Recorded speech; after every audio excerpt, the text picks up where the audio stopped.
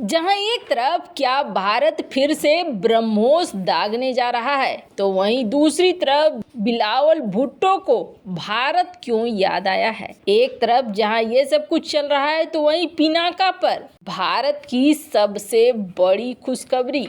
जानेंगे फतह 2 को बर्बाद करने के लिए भारत किसे ला रहा है। जियोपॉलिटिक्स में इस वक्त बहुत कुछ चल रहा है, जानने को आपको बहुत कुछ मिलेगा। आइए जानते हैं इन खबरों को विस्तार से। पाकिस्तान पर हमला ईरान की ओर से किया गया है, लेकिन इस हमले के केंद्र में अब भारत आता दिख रहा है। पाकिस्तान के पूर्व विदेश मंत्री बिलावल भुट्टो जरदारी ने ईरान की ओर से किए गए हमलों को लेकर भारत पर निशाना साधा है। पाकिस्तान पीपुल्स पार्टी के अध्यक्ष बिलावल भुट्टो जरदारी ने गुरुवार को ईरान की ओर से हुए हमलों को हवाई क्षेत्र का उल्लंघन बताया। पाकिस्तान की ओर से किए गए पलटवार का उन्होंने समर्थन किया और कहा कि प्रतिक्रिया हमारा अधिकार है।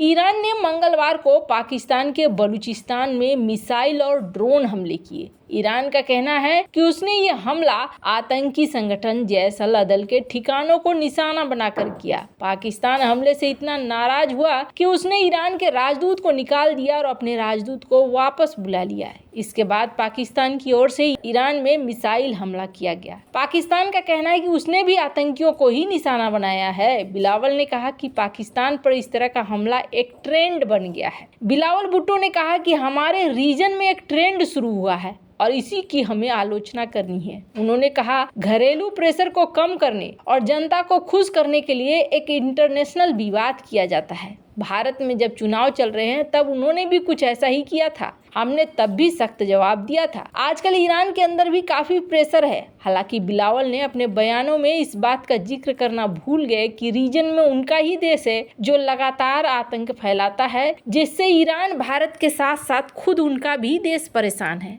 बिलावल ने आगे कहा कि किसी को ये नहीं सोचना चाहिए कि वो पाकिस्तान पर हमला कर सकता है या उसकी संप्रभुता का उल्लंघन कर सकता है। मुझे लगता है कि पाकिस्तान की ओर से ईरान में आतंकी समूह को निशाना बनाने पर हमारी प्रतिक्रिया न केवल अनुपातिक थी, बल्कि अंतर्राष्ट्रीय कानून के तहत आत्मरक्षा के अधिकार के रूप में हमारा अधिकार था। बिलावल ने चिंता व्यक्त करते हुए कहा कि इस मुद्दे का क्षेत्रीय संघर्ष में बदलना एक खतरनाक विचार है। ऐसा नहीं होना चाहिए। खैर, अब जहां एक तरफ ये सब कुछ हो रहा है और कहा जा रहा है कि ये मामला आगे भी बढ़ सकता है, तो वहीं दूसरी तरफ पाकिस्तानी अखबार ट्रिब्यून रिपोर्ट के मुताबिक ईरानी हमले के बाद पाकिस्तान ने काफी देर तक जवाबी कार्रवाई नहीं की थी। पाकिस्तान के रणनीतिकारों ने कोशिश की कि ईरान अपने हमलों के लिए माफी मांग ले। अगर माफी न भी मांगे तो ऐसा स्पष्टीकरण दे जिससे पाकिस्तान अपनी इज्जत बचा ले।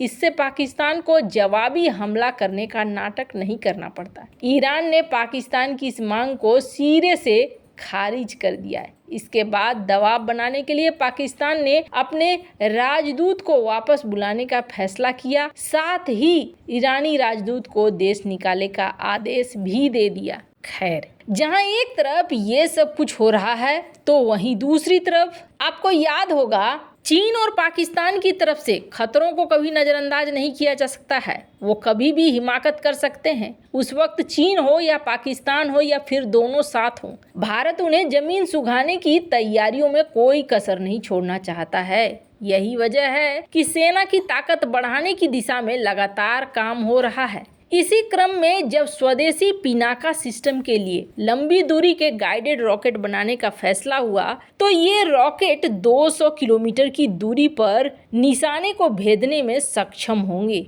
जिससे पिनाका सिस्टम की मारक क्षमता बढ़ेगी। डीआरडीओ के इस प्रोजेक्ट में प्राइवेट सेक्टर भी शामिल होगा। चीन और पाकिस्तान ने मिलकर लंबी दूरी के मल्टी बैरल रॉकेट सिस्टम बनाए हैं। इन्हीं का मुकाबला करने के लिए भारत लगभग 120 से 200 किलोमीटर की रेंज वाले नए रॉकेट विकसित करने जा रहा है। पाकिस्तान ने हाल ही में चीनी सहायता से विकसित अपने फतह 2 सिस्टम का सफल परीक्षण किया है, जिसकी रेंज बताई जा रही है 400 किलोमीटर। वैसे आपको बता दें भारतीय रॉकेट को मौजूदा Pinaka multi barrel rocket launcher में संचालित करने के लिए डिजाइन किया जा रहा है, जिससे सशस्त्र बल आसानी से इसे मोर्चे पर तैनात कर सकेंगे। भारतीय सेना स्वदेशी रूप से विकसित पिनाका प्रणाली का पहले से ही उपयोग कर रही है। मकसद रूस से लाए गए रॉकेट सिस्टम को पूरी तरीके से हटाना है। सेना स्वदेशी पिनाका MBRL की और रेजिमेंटों का अधिग्रहण पर भी विचार कर रही है। इसके अलावा पिनाका सिस्टम के लिए आर्मेनिया से भी ऑर्डर है। उम्मीद है कि नए रॉकेट गाइडेड जिससे वे सटीक निशाना लगा सकेंगे। सरकार ने हाल ही में 25 करोड़ से अधिक की लागत से लगभग 6500 एरिया डैनियल म्यूनिशन खरीदा है। इसे DRDO ही विकसित कर रहा है। ADM बड़े इलाके में बमबारी करने में सक्षम रॉकेट है। ये आने वाले बख्तरबंद वाहनों उपकरणों को प्रभावी ढंग से बेअसर करेंगे। वैसे मारक क्षमता के कारण ये रॉकेट पार दुश्मन के ठिकानों तक पहुंचकर उसके एक्सेस रूट को तबाह कर सकता है और दुश्मन सैनिकों पर कहर ढा सकता है। खैर, जहां भारत यहां तबाही मचाने को तैयार है, तो वहीं स्क्रीन पर एक नोटम देख रहे हैं और आपको बता दें ये नोटम बहुत ही ज्यादा खतरनाक इशारा कर रहे हैं। साल का शुरुआत भारत एक बड़े धूम धड़ाके के साथ कर रहा है। ऐसा लग रहा है 24 जनवरी से लेकर 25 जनवरी के लिए ये एक नोटम सेट किया गया है, नो फ्लाई जोन। और इस नोटम में कहा जा रहा है कि हो सकता है, चूंकि 900 किलोमीटर की रेंज है, एक बड़ी रेंज है, शायद ब्रह्मोस या किसी और मिसाइल का परीक्षण करने जा रहा है भारत, जो जल्द ही निकलकर सामने आएगा। खैर, जहां एक तरफ ये सब कुछ हो रहा है, वहीं दूसरी तरफ भारत एक और बहुत बड़ी चीज करने जा रहा है और खास तौर पर चाइना बॉर्डर पर भारत के 35 बड़े तांडव। इसे तांडव क्यों कहेंगे, तो आपको बता दें, आज से पहले तक कभी भी भारत ने चाइना बॉर्डर को लेकर इतना बड़ा एक्शन नहीं लिया था जो भारत ने इस वक्त लिया है। कल का दिन यानी कि 24 घंटे बाद चाइना बॉर्डर पर एक बड़ी चीज हो रही है और इस बड़ी चीज में एक साथ 35 प्रोजेक्ट को शुभारंभ किया जा रहा है।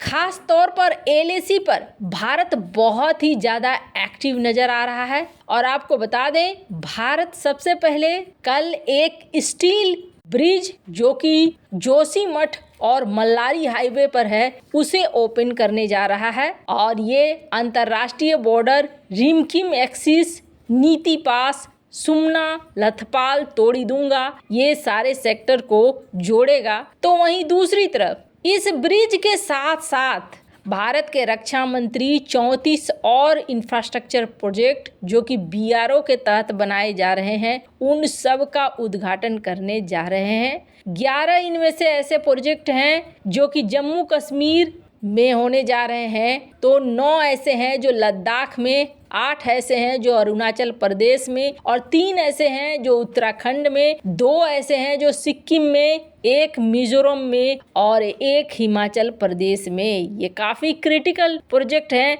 जो एक साथ भारत की तरफ से इसका शुभारंभ किया जा रहा है। स्क्रीन पर आप आर्टिकल देख सकते हैं। भारत के लिए ये एक बहुत ही बढ़िया वाली अचीवमेंट मानी जा रही है। वैसे इन सब मामले में आपकी क्या राय है, कमेंट कर जरूर बताएं। जल्द मिलते हैं अगले वीडियो में नई खबर के साथ।